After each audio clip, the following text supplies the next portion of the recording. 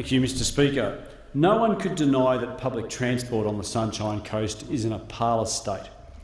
Thanks to decades of neglect from successive Queensland Labor state governments, we have infrequent buses which don't go where they're needed, a single-track rail line, the same single track that was laid in the 1890s, that misses our major population centres by nearly 20 kilometres, and an expensive coastal corridor of reserved land that has been nothing but a nature strip since the turn of this century. Sunshine Coast Council recently published their solution, a so-called mass transit plan, which is, in truth, only a $1.5 billion proposal for light rail on the Sunshine Coast.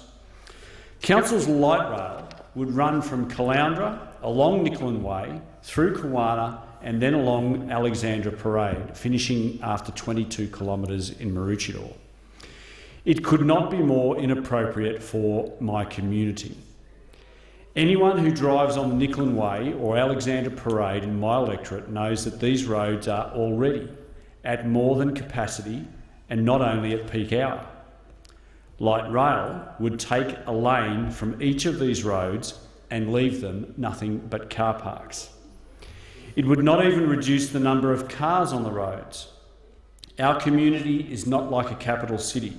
It is dispersed across a wide area, and no one, even with light rail, will be able to get everywhere they need to go without a private car.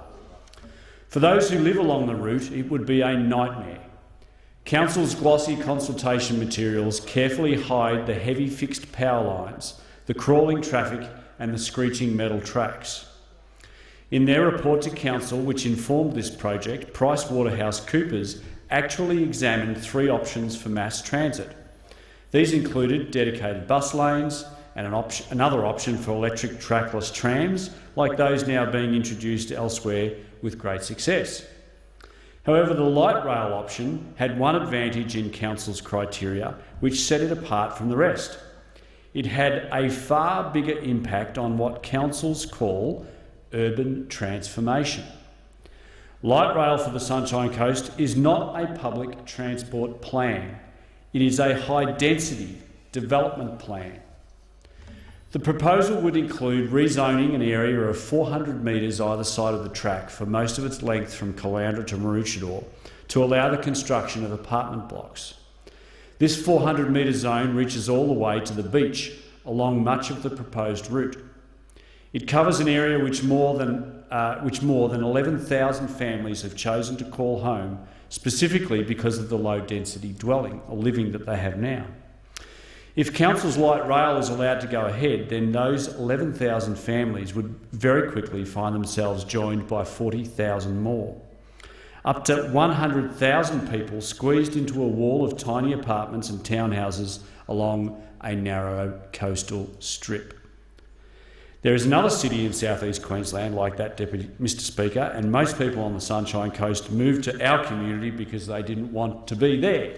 They wanted to be on the Sunshine Coast.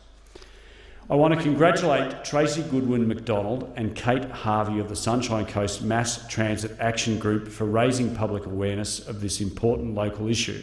And I want to thank my friend, the State LNP member for Kawana, Jared Blay, for his support of this group. Speaker, I've long been advocating for a true public transport solution on the Sunshine Coast that would make a real difference. We need to bring heavy rail up from Biwa along the Camcos corridor to Caloundra, Kawana and eventually to Maroochydore.